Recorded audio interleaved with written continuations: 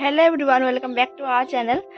আজকে হচ্ছে বৃহস্পতিবার, এখন বেলা বাজে অনেকটাই হয়েছে। আজকে উঠতে তো খুব দেরি হয়েছে ঘুমের থেকে, কারণ কি আমার শরীরটা বেশি একটা ভালো ছিল না। আরিয়ানাও শরীর ভালো না, ওর সর্দি জ্বর গলায় টনসিল হয়েছে। তো এখন অনেকটা বেলা হয়েছে, দেখতে পাচ্ছি রোদ উঠে গিয়েছে। তো আমি চা বসিয়ে দিয়েছি। তো ওদিকে বিছনা এখন ওঠানো হয়নি, চা খেয়ে তারপর বিছনা উঠাবো। চা করা হয়ে গিয়েছে, আর থেকে আমি রুটিগুলো ভালো করে বেলে নিয়েছি।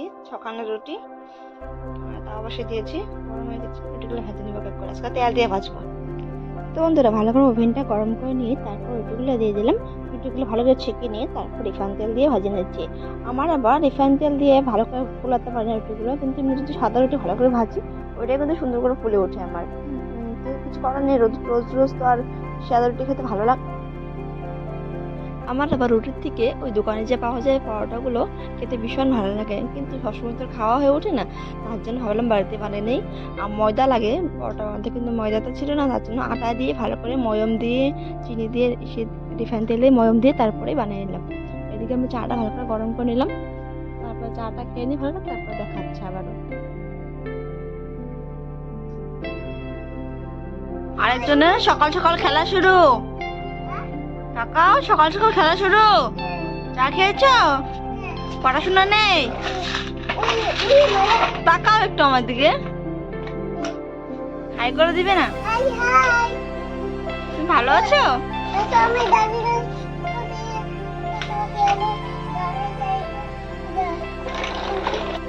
চা খাওয়ার পর বাসনগুলো ধুয়ে নিলাম। ধোয়ার পর দেখি যে আলনা নেই, আলনা কাপড় দিয়ে ভরে পাহাড় রয়েছে। তারপর ভাবলাম না, সব কাম পরে আগে কাপড়টা গুছিয়ে নিই।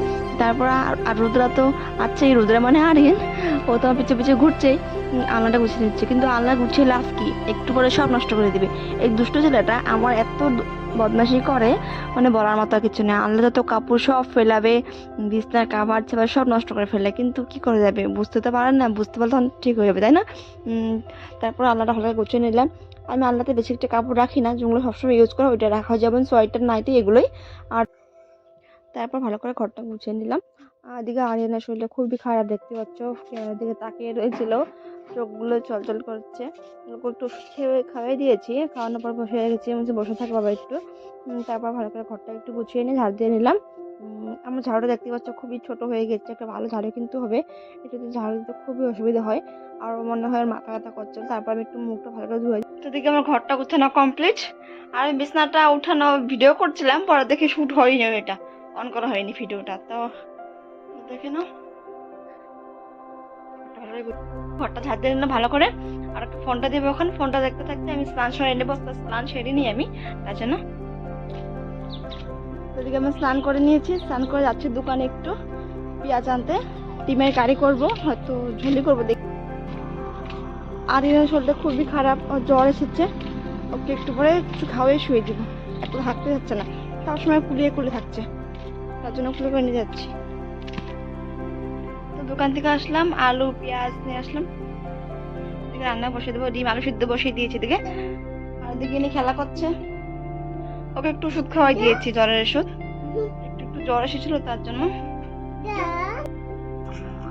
তুমি কি দেখছো ফোনে?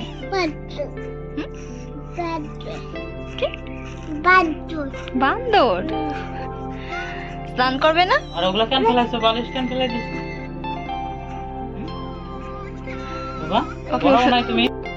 তারপর দিকে রোদে বসে বসে একটা কমলা ছিল, কমলাটা ছুলে নিচ্ছি। ভাবছি না, আমার তো শুধু কমলাটাই খেয়ে নিই। তারপর দিকে ছুলে নিচ্ছি। আর বাবাকে বললাম খাবে, বলছে না খাবো না। তো মিষ্টি ছিল, সুন্দর কমলাটা ভালো ছিল। তো ভালো, রোদে বসে কমলা খেতে ভীষণ ভালো লাগে। তা আয়না বাবাকে খাবে না, তারপর আয়নাকে কিছু দিব না, শরীরটা ভালো না, জ্বর সর্দি, যার জন্য বেশি হয়ে যাবে।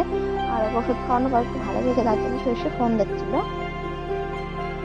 এদিকে ভাত বসিয়ে দিয়েছি, মারবে।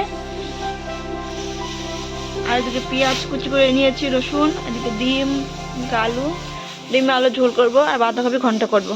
তো দেখতে থাকো ভিডিওটা। এদিকে ডিমগুলো লাল লাল করে ভেজে নিয়েছে খুব সুন্দর করে। তারপর এদিকে কড়াইতে আলু, পেঁয়াজ, হলুদ গুঁড়ো, লঙ্কা গুঁড়ো দিইনি, হলুদ গুঁড়ো লবণ দিয়ে ভালো করে ভেজে নিচ্ছি। একটু ভালো করে লাল করে ভাজা হলে লঙ্কা গুঁড়ো জিরে গুঁড়ো দিয়ে ভালো করে কষিয়ে নেব। আর তোমরা কে কেমনে করে ডিমের ঝোল খাও আমাকে প্লিজ কমেন্ট করে জানাবে। আমি কিন্তু এরকম পাতলা করে খেতে ভীষণ ভালোবাসি। আমার ডিমের ঝোলটা সুন্দর করে ফুটছে, এবার আমি ধনেপাতা দিয়ে দেবো, তারপরে বাঁধাকপিটা কুচিয়ে রান্না করবো।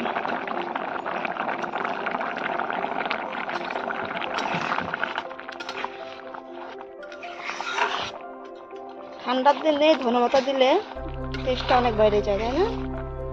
আমার ঠান্ডার দিনে তো গুড ইভিনিং বন্ধুরা, আজকে আমি করবো ঝালমুড়ি। দেখে না আমি খিচুড়ি নিয়ে বসে গেছি। এদিকে ছোলা বুটটা ভালো করে সিদ্ধ করে নিয়েছি, এদিকে সব কিছু আলু কুচি, পেঁয়াজ কুচি, শশা কুচি, ধনেপাতা কুচি সব কিছু রেডি করে নিয়েছি। এদিকে একটা বাটি নিয়ে তার মধ্যে মুড়ি এক প্যাকেট এনেছিলাম, ওটা ভালো করে ঢেলে নিচ্ছি। আর চানাচুর পাইনি, তার জন্য আমি ভুজিয়ে নিয়েছিলাম। তোমরা চানাচুর নিতে পারো, বেশি ভালো হবে।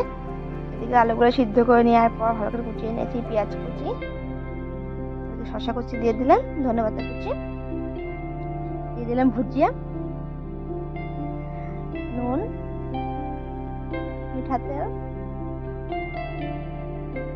বিকেলবেলা এরকম চটপটা খেতে ভীষণ ভালো লাগে। তো এটা তো হচ্ছিল না, ছোট হয়েছিল, তার জন্য আমি হাত দিয়ে ভালো করে মেখে নিলাম।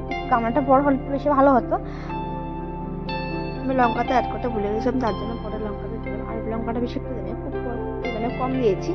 আর এতে ভিডিও করছিলাম আমার বেশি শ্বশুর বাড়িতে, আমার নন বলছিল মুড়ি মাখা করো, খাই ভালো লাগবে, তারপর বলেছিলাম। আর তারপর দেখছি সবাই বাচ্চা কাচ্চা মিলে সবাই ছেলেরা মুড়ি মাখা, সবাই এক একজন ভিডিওটা দেখতে পাচ্ছ। সবাই বলছিল ভীষণ ভালো হয়েছে, ভীষণই ভালো হয়েছে। আর তোমরা কে কখন মুড়ি মাখা খাও আমাকে প্লিজ কমেন্ট করে জানাবে। আর তোমাদের ভিডিওটা কি দেখাচ্ছে নতুন একটা ভিডিওর সাথে। আশা করছি ভিডিওটা ভালো লাগে থাকবে। ভিডিওটা ভালো লাগে থাকলে লাইক কমেন্ট শেয়ার করে দিও। আমি তোমার চ্যানেলটা সাবস্ক্রাইব করে দিও।